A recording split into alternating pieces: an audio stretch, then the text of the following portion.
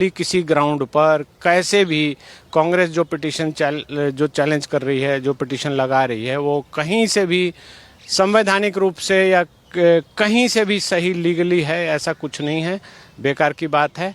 और कांग्रेस के जो लोग अभी काम कर रहे हैं, वो जाहिर सी बात है कि विदेशी ताकतों के इशारों पर ही ये काम कर रहे हैं और इनको मुंह की खानी पड़ेगी। जो वक़्फ़ की आड़ में जो कुछ लोग मलाई खा रहे हैं, पहले उनको वंचित किया जाए, उनको हटाया जाए।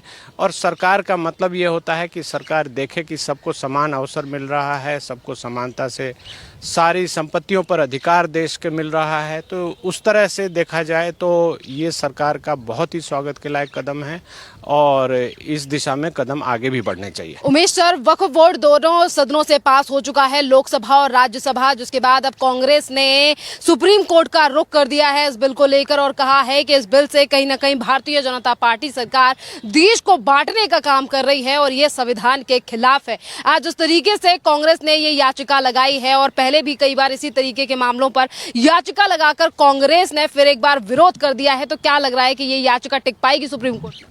ये याचिका पहली बात तो टिकेगी नहीं। दूसरा, कांग्रेस की बात आप कर रहे हैं तो जो कांग्रेस ने जो अपने कारनामे 1995 में कर रखे हैं, वक्फ की आड़ में भारत के समानांतर एक सरकार बना दी, 9 लाख एकड़ जगह दे दी वक्फ को, और वो ऐसा हो गया कि किसी की भी संपत्ति वक्फ ले सकता है और सरकार की भी संपत्ति ले रहा था।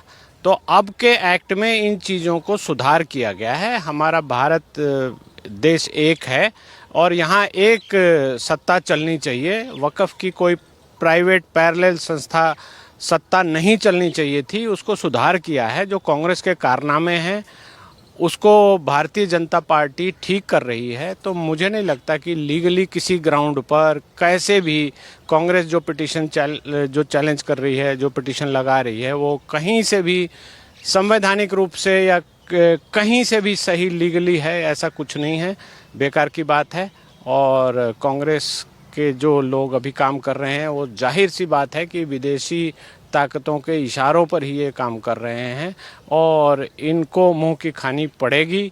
जनता ने इनको नकार दिया है, अब इनके पास कोर्ट का दरवाज़ा बचा है। कोर्ट को भी ये मिसयूज़ कर रहे हैं, झूठी बातें बोलते हैं, गलत बातें बोलते हैं। तो ये कहीं ना कहीं ये बिल्कुल गलत है, हमारे देश के लिए ही गलत है ये।